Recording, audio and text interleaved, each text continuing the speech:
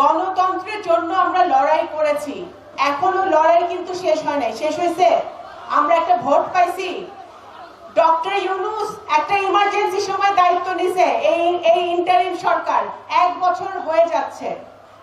তাদের কথাবার্তাও শেষ হচ্ছে না, তাদের সংস্কার কমিশনের কাজও শেষ হচ্ছে না।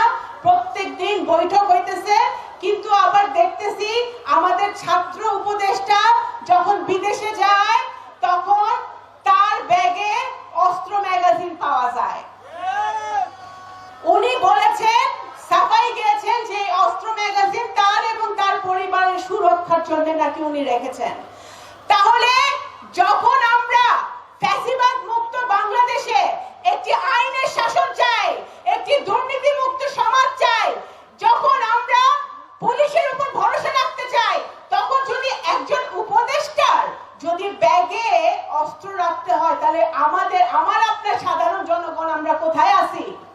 আমরা কোথায় আছি? আমাদের কি কোনো নিরাপত্তা আছে? এখনো নিরাপত্তা এখনো আসে নাই।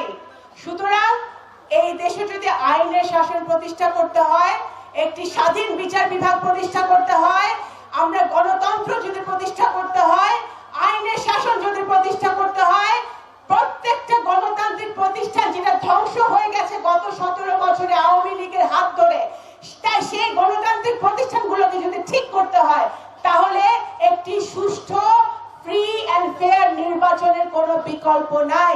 একটি সুষ্ঠু নির্বাচন দিতে হবে যেখানে আমাদের টঙ্গীপাড়ার ভাইরা, কোটালীপাড়ার